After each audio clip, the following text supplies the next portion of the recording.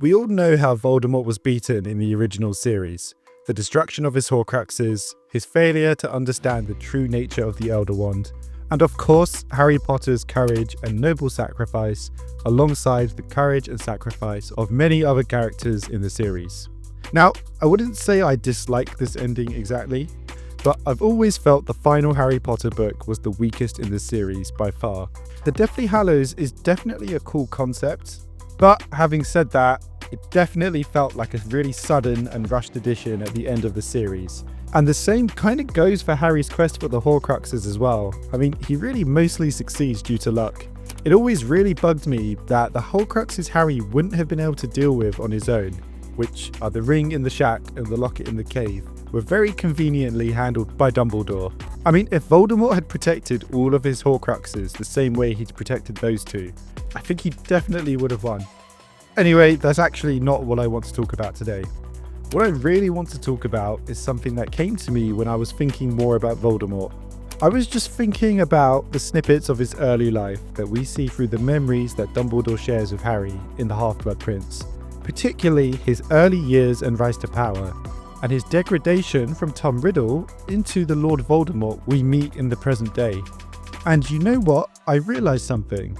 That Voldemort actually made a huge, terrible mistake that cost him the entire war, and eventually his life. Something which is hinted at in the books, but I actually haven't seen anyone talking about, both fans and characters within the series itself. And it's something he does long before we ever meet him in the Goblet of Fire after he's resurrected. So the real reason that Voldemort lost the war is actually because of the Horcruxes. And now I'm starting to think that if Voldemort had never made a single Horcrux, he would have definitely won and succeeded in taking over Britain, and maybe even defeating Dumbledore. Now, this might sound strange, because after all, the Horcruxes are what made Voldemort immortal, what tethered him to life the first time he tried to kill the baby Harry Potter. And the hunt for the Horcruxes is what actually cost Dumbledore his life after he got cursed. And their creation is a major factor in what set Voldemort apart from other typical dark wizards. But you know, even with all this, I think by the end of this video, I'll be able to convince you, hopefully, that far from being an asset, the creation of the Horcruxes was the single biggest mistake that Voldemort ever made. And ultimately, it cost him everything. So let's get to it. To understand why this was Voldemort's biggest mistake, we first need to understand something about Voldemort himself. Or more accurately in this case, and for reasons that will be revealed, Tom Riddle.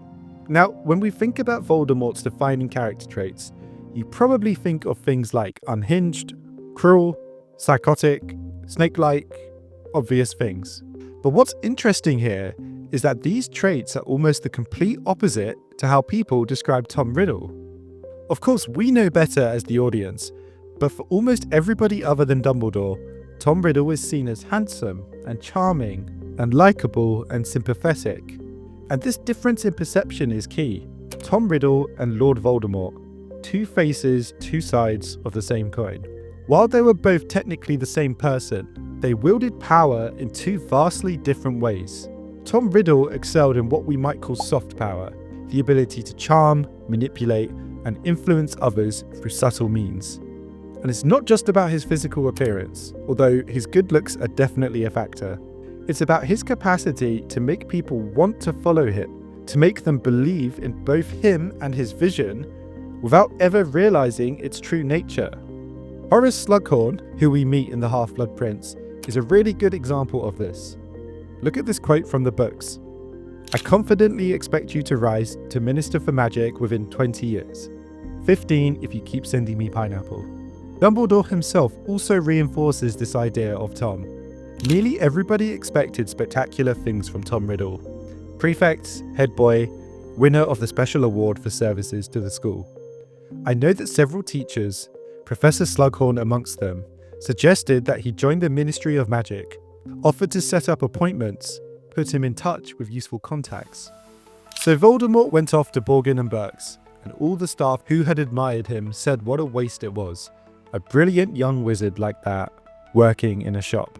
Tom was clearly on a trajectory towards legitimate political power, And this wasn't mere speculation. We see in the books that Tom Riddle had carefully cultivated connections with influential pureblood families, earned the admiration of his teachers, and built a network of devoted, even fanatical followers who saw him as a legitimate leader rather than just a fearsome master. This is really important because Tom Riddle was able to commit acts of evil not only without the knowledge of others, but also whilst having others take the fall and defend him, while he himself remained in the shadows. Like when he opened the Chamber of Secrets and pinned it on Hagrid, or when he murdered his father, Tom Riddle Sr., and pinned it on his uncle Morphin. And again, all the while he maintains his outward facade. So, what happened? Tom Riddle was on track to becoming the most powerful wizard in Britain. And when I say power, I don't mean magical power, I mean political power. He would have been the head of the British wizarding community. What altered this trajectory? Well, it was the creation of the Horcruxes.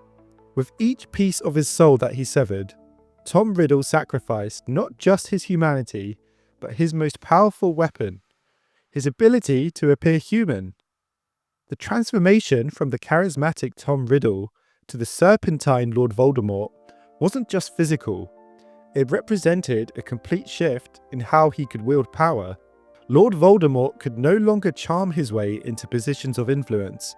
His very appearance inspired terror rather than trust, forcing him to rely increasingly on fear and brute force. This transformation turned what could have been a subtle takeover into an open war, one that united his opponents and forced them to take decisive action against him. This fundamental change from Tom Riddle to Voldemort is made really clear when he first returns to Hogwarts to apply to teach defense against the dark arts. And we see through Dumbledore's memory how Tom Riddle has already started his transformation. Even at this point, he's no longer the charming, handsome young wizard. And we know that he's created at least one Horcrux by this point, because Dumbledore tells Harry that he hid it at Hogwarts when he applied for the teaching job. He was no longer the handsome Tom Riddle. It was as though his features had been burned and blurred. They were waxy and oddly distorted, and the whites of his eyes now had a permanently bloody look, though the pupils were not yet the slits that Harry knew they would become. His voice was slightly higher and colder than it had been. Again, where Tom Riddle enjoyed the assumption of innocence and was able to inspire and charm, Voldemort instead encourages opposition and provokes others into rallying against him. His evil inspires direct action against him, where Tom Riddle's evil was hidden and nefarious, and all the more dangerous for it. There's an interesting quote from the books when Voldemort has already taken over the Ministry, and Lupin says this, when Harry asks him why hasn't Voldemort declared himself more openly. Voldemort is playing a very clever game. Declaring himself might have provoked open rebellion. Remaining masked has created confusion, uncertainty, and fear. So we see, even as the terrifying Lord Voldemort, he was able to provoke confusion and fear by staying in the shadows after taking over the Ministry and deciding to rule through a puppet. But it makes you think that as Tom Riddle, how much more effective could he have been? He would have been a handsome, charming, and gifted politician, one who would have inspired cooperation and obedience rather than fear and resistance. This leads me on to another interesting point, which is Dumbledore.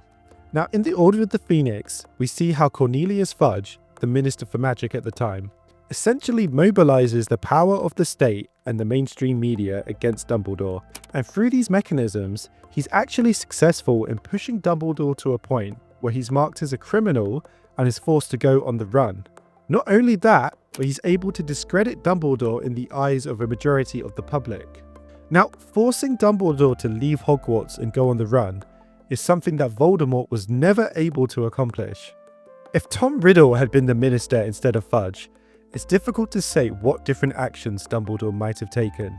But I think at the very least it's interesting to think about how, in a way, Dumbledore was either unwilling or unable to stand against the full might of the state and effectively the wizarding public.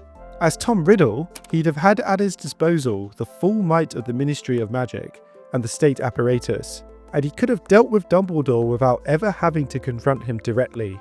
And if we compare Tom Riddle to Cornelius Fudge, he undoubtedly is more intelligent and more charming, and could have probably achieved his goals while maintaining public support. Again, like how he was able to successfully frame others, like Hagrid and Morphin, for crimes that he'd committed. But as Voldemort, there is no such luxury. By living as a lawless criminal, his only method for dealing with Dumbledore was relegated to a direct magical confrontation, a confrontation that, as we all know, Voldemort feared and was averse to. After all, Dumbledore is given the title, the only one he ever feared. The irony really is that in his quest to live forever, Voldemort sacrificed the very qualities that might have given him a more lasting victory. His physical immortality came at the cost of his most potent weapons, his charm, his ability to deceive, and his capacity to corrupt the system and other people from within. And we see the practical consequences throughout the entire book series pretty much. You know, as Voldemort, he had to expend enormous resources fighting against active resistance. He has to maintain control through fear rather than loyalty, which makes his power base unstable. His followers served him out of terror rather than true belief or devotion, making betrayal, as we saw with Snape and Narcissa and a few others, almost inevitable.